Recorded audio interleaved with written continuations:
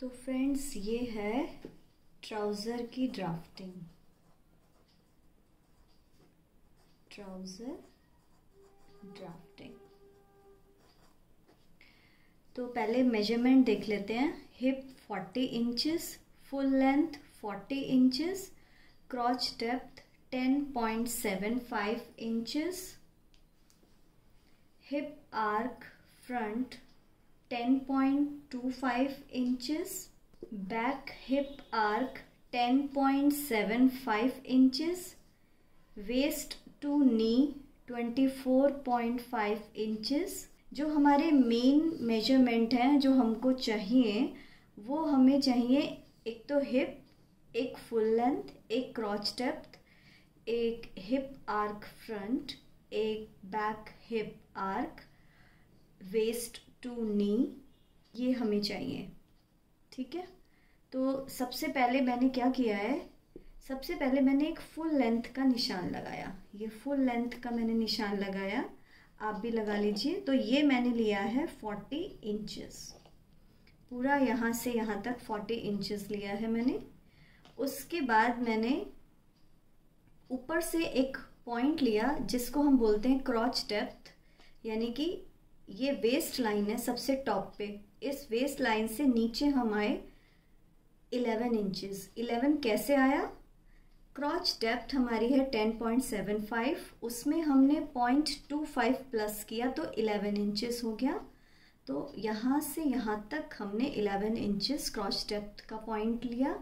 इसके बाद waste to knee 24.5 inches लिया और यहाँ पर भी एक लाइन लगा दी जिसको नी लाइन कहते हैं।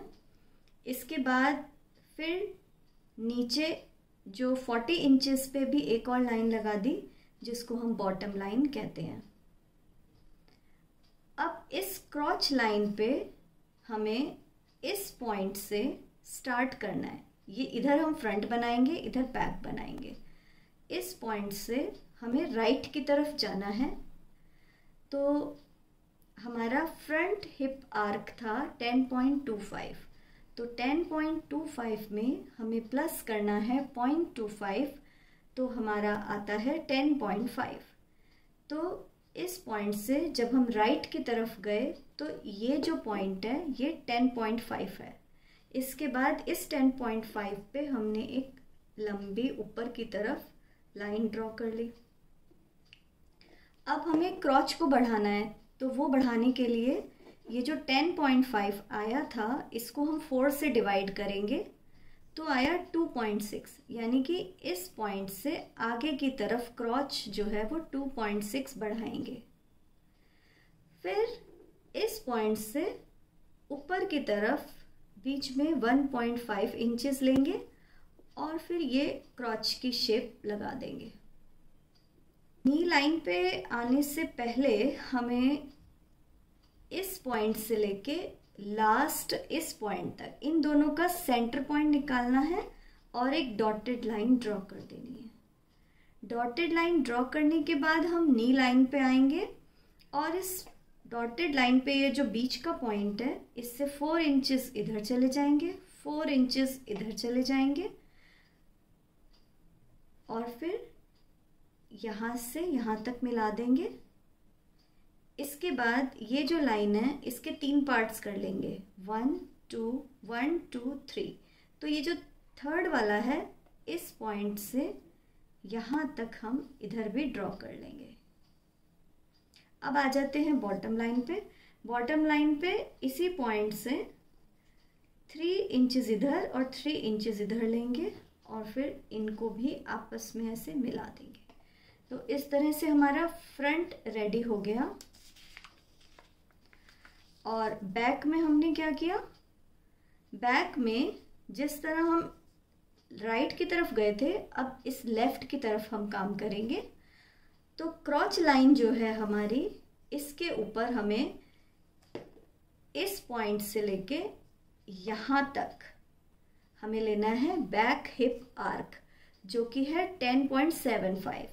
10.75 में हम प्लस 0.25 करेंगे तो आ गया 11, यानी कि इस पॉइंट से लेके यहाँ तक आपका हो गया 11 इंचेस। अब बैक का क्रॉच बढ़ाने के लिए इस 11 को हम 2 से डिवाइड कर देंगे, तो आ जाता है 5.5 इंचेस, यानी इस पॉइंट से यहाँ तक हम चले गए 5.5 इंचेस, हमारा क्रॉच बढ़ गया।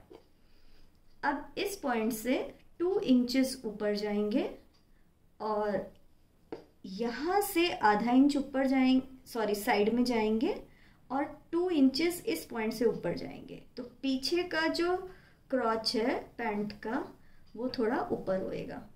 और फिर इस पॉइंट को, इस पॉइंट को और इस पॉइंट को, इन तीनों को हम ऐसे मिला देंगे। अब यहाँ से लेके यहाँ तक ये जो टोटल हमारा आया, इसका हम सेंटर पॉइंट निकालेंगे और सेंटर पॉइंट से इस तरह से लाइन ड्रॉ कर देंगे, dotted line. Dotted line draw करने के बाद हम नी लाइन पे आएंगे और 4 इंचेस इधर, 4 इंचेस इधर और फिर नीचे 3 इंचेस इधर, 3 इंचेस इधर और फिर ये जो हमने 3 पार्ट किए थे उसमें जो नीचे वाला पॉइंट है उससे हमने नी लाइन पे मिलाया और फिर बॉटम लाइन पे, ऐसे ही यहाँ से इधर नी लाइन पे मिलाया और फिर इधर बॉटम लाइन पे। तो जब हम कटिंग करेंगे तो ये हल्की सी गोलाइयाँ लेके करेंगे, यहाँ पे भी गोलाई लेंगे और इधर भी गोलाई लेंगे। एकदम इस तरह से कटिंग नहीं करेंगे, जैसे थोड़ा सा हम कर्व देते हुए कटिंग करेंगे, थोड़ा स्मूथ सा बना के। तो हमने ये सारी इंस्ट्रक्शंस इस पे लिख दी हैं। ये फ्रंट हो गया, ये बैक हो गया, इसमें स्टिचिंग मार्जिन बिल्कुल नहीं है। और यहाँ पर हमने ये लिख दिया है कि वेस्ट लाइन से 11 इंचेस पे हमारी क्रॉच लाइन है, वेस्ट से वेस्ट टू नी तक हमने लिया है 24.5 इंचेस और फुल लेंथ पे हमने ले लिया है बॉटम जो कि 40 इंचेस है।